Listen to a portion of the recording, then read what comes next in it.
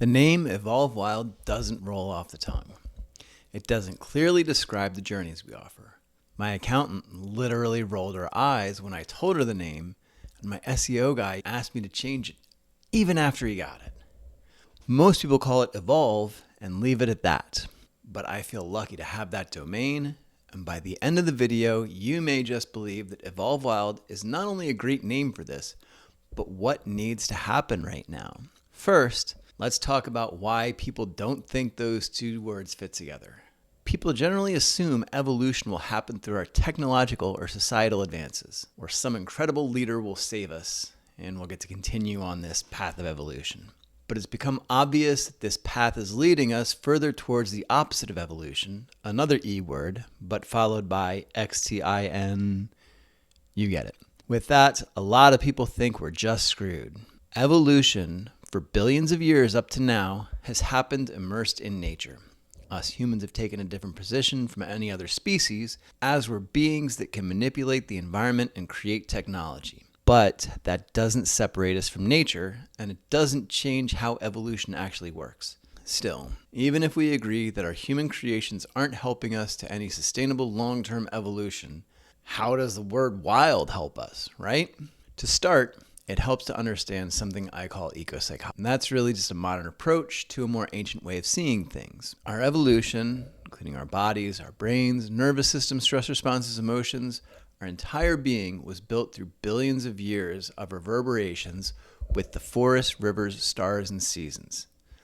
That's what was passing through our entire being, shaping and aligning our ancestors, human and other, since we were mere single-cell organisms. But in the last few thousand years, and particularly the last few hundred, we've built a human-made world of walls, cars, supermarkets, and screens. We've increasingly built layers of disconnection from the natural world and from our own inner nature. Most people now view the world we made as our primary one. In our daily lives, it kind of has been. It's getting to this point was actually part of our evolutionary path. We naturally became a technological and societal species, and we're not going back. But by following just that, we're missing something vital. The issues we're facing isn't because of our technology, and it's certainly not a lack thereof. In fact, we could use our unique powers and technological skills to turn things around almost overnight, if we put the effort into it. But there's something getting in the way of that.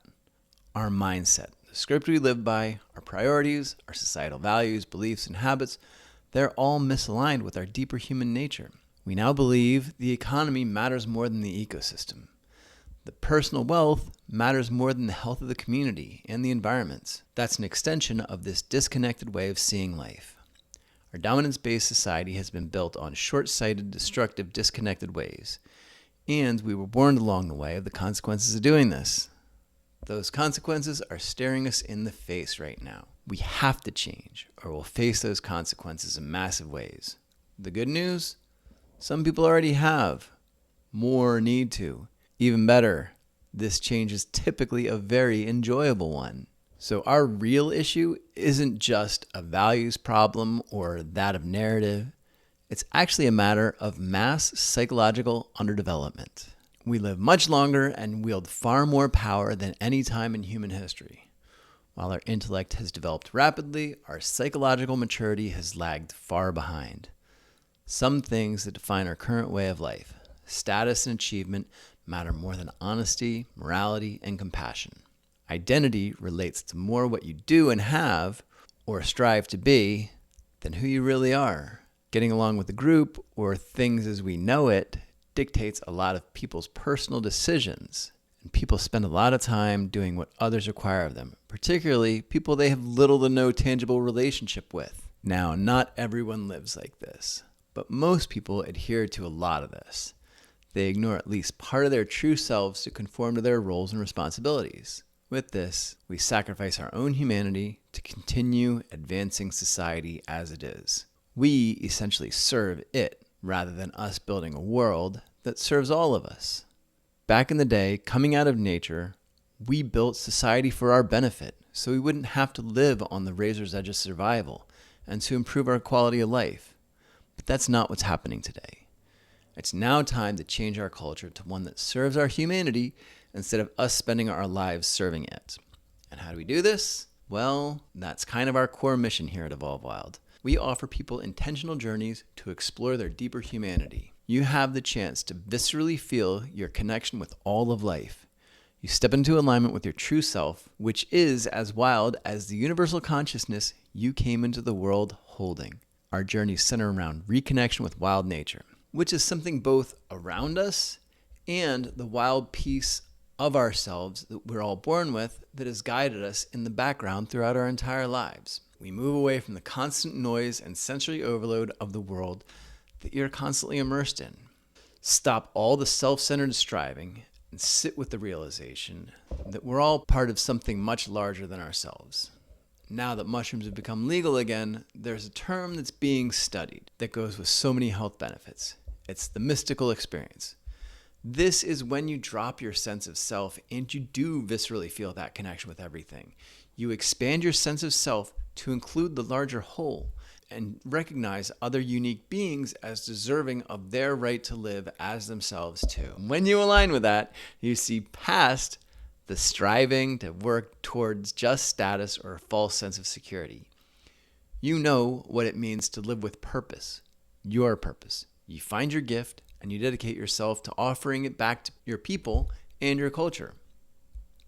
When enough people do that, our systems will reflect that maturity instead of stoke our fears. When you have already faced your fears, it's easier to see through that ploy anyway.